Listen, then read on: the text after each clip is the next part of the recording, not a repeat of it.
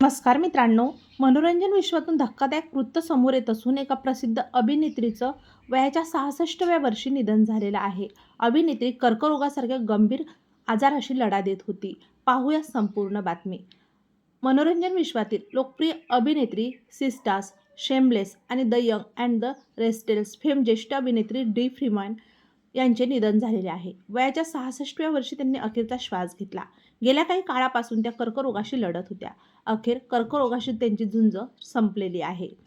मिळालेल्या माहितीनुसार त्यांच्या कुटुंबाने एक भावूक पोस्ट करून ही दुःखद बातमी चाहत्यांसोबत शेअर केलेली आहे. त्यांचा एक फोटो शेअर केलेला असून अनेक चाहते आणि नेटकऱ्यांनी कमेंट सेक्शनमध्ये अभिनेत्रीच्या आठवणींना उजाळा दिलेला आहे. तसेच त्यांचे सहकलाकार आणि चाहत्यांनी त्यांच्यावर श्रद्धांजली वाहिलेली आहे. अभिनेत्रीने 2 एप्रिल 2026 रोजी अखेरचा श्वास घेतलेला आहे.